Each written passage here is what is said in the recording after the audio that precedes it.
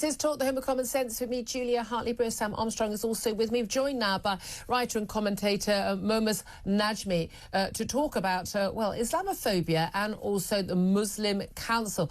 They've got elections for electing their new Secretary-General. A very good morning to you, Momas. Morning. Thank you so much. Oh, morning. Good afternoon, actually. What am I saying? Oh, good afternoon. Yes, very.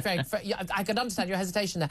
Now, just talk specifically about the Muslim Council, first of all, because as of tomorrow, we've got the first hustings between two candidates vying to lead the Muslim Council. This is Dr. Mohammed Adris and Dr. Mohammed Wajid Akhtar. They're going to be questioned about their views and things. Now, in a report by Policy Exchange, the think tank, they say they've discovered deeply disturbing remarks by both of the men, according to a former Muslim MP. Comments from 2022, Akhtar called being a Muslim an act of revolutionary defiance at odds with the prevailing culture, advocating that British Muslims identify primarily as Muslim rather than as British. We've also, Akhtar also said in 2012 Muslims shouldn't take part in New Year's celebrations because it involves un-Islamic practices such as mixed gender events where people dance and sing songs. It is necessarily, he says, an Islam-free zone.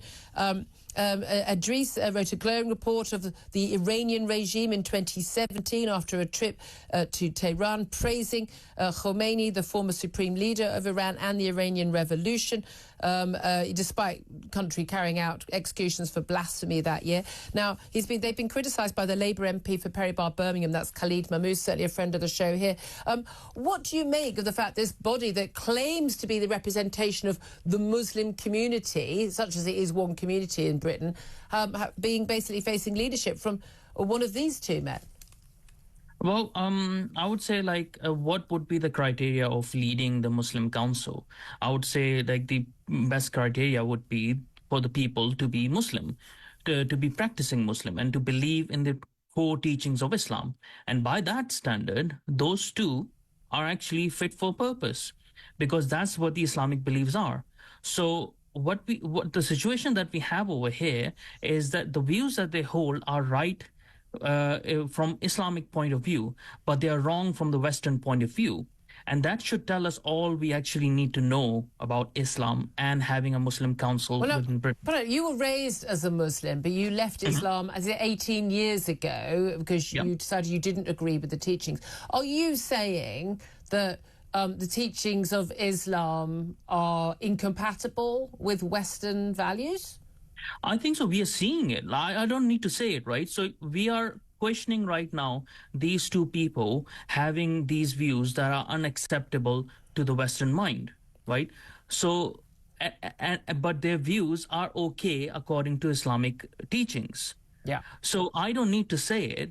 The example is us having a discussion means that it is not compatible. Well, would their views be considered mainstream to many of those involved in deciding who the next leader of the Muslim Council is? Because, I mean, I've never been that convinced by how much the Muslim Council of Britain actually represents all Muslim people in this country. I mean, I'm not sure that anyone could represent all atheists or all Catholics or all, Scientologists even.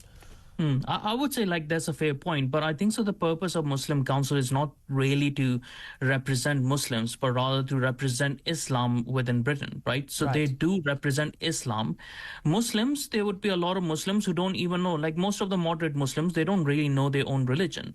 So we can't really hold them as an expert in their own religion because they don't know it. Yeah. So there will be no moderate Muslims who would occupy these positions, let's say as an imam in a mosque, or the lead of a Muslim council, because they don't know their religion.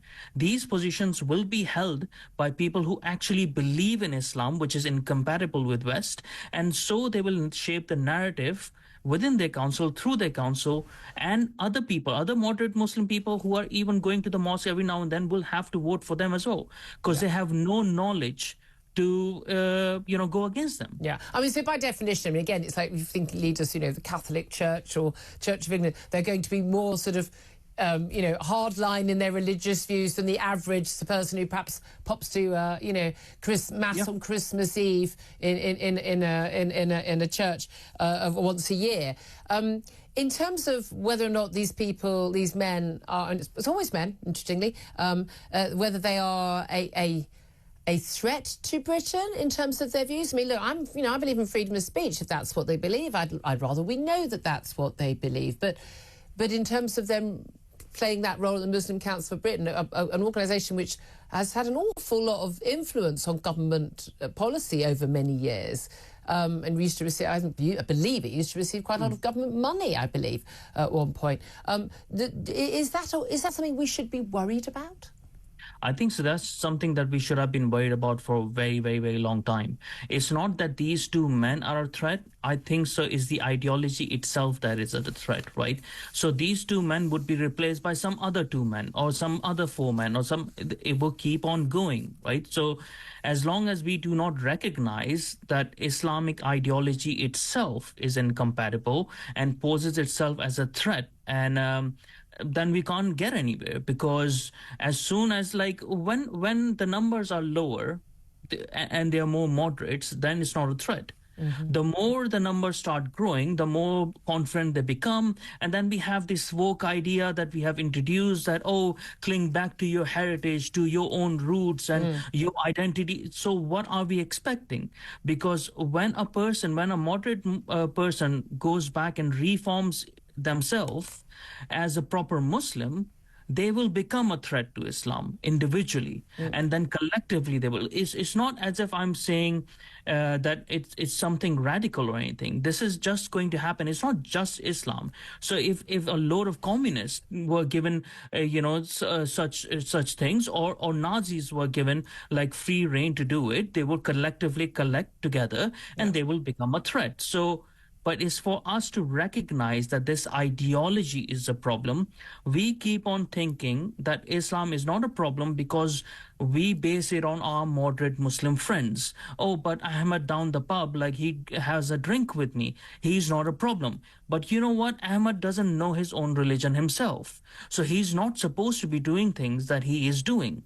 So because these people don't actually reject the ideology itself, leave the ideology themselves, they keep it alive. Right. And out of them comes the idea that, okay, let's say if I am a moderate Muslim, there's no guarantee that my children will be moderate Muslim, right? And we have actually seen, haven't we, in terms of terrorism, it's often actually second generation where children perhaps feel they're being pulled in two different directions and feel they don't belong. Can I ask you about, this demand we've had from a Labour Muslim MP for a blasphemy law, obviously for all religions, but let's face it, we already have a de facto blasphemy law when it comes to Islam, in a way we can criticise any other religion and not worry about our family being murdered. And I'm sorry, it's as simple as that. The only reason there's some things I don't say is because I'd quite like to stay alive and I'd like my family to stay alive. And I know people who have said things which I consider to be perfectly reasonable, have faced death threats, and some people have actually been murdered, we know, in this country and others. But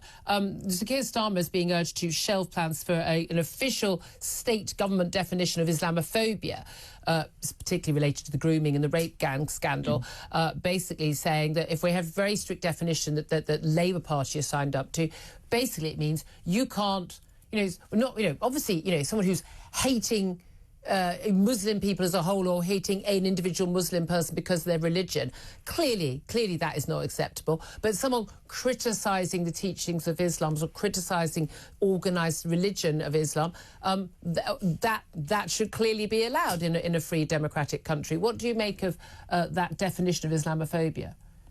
Well, actually, I think so. Like, obviously, Islamophobia was created for a very particular reason, to silence even people like me, because I am under more threat than anyone else having the religion, criticizing the religion. Well, the punishment for that is death, is it not? It is. Yes, it's most definitely is death. And even for moderate Muslims who are considered as munafiqs, as hypocrites, Allah says in the Quran that He's never going to forgive them. So it's even worse for them as well. Yeah. But this whole term of Islamophobia was also merged with something else. It was merged with communism. So this was a marriage between Islam and communism, right? And what we see is the Marxist elements within Labour. They want to promote this idea of Islamophobia, because under the guise of Islamophobia, they can control a lot of other speeches, a lot of other criticisms against Marxism. So it comes within a package. That's why they both are together. Very interesting. Momus Najmi, time's against us. Have to leave it there. But Momus, writer and commentator, thank you very much indeed.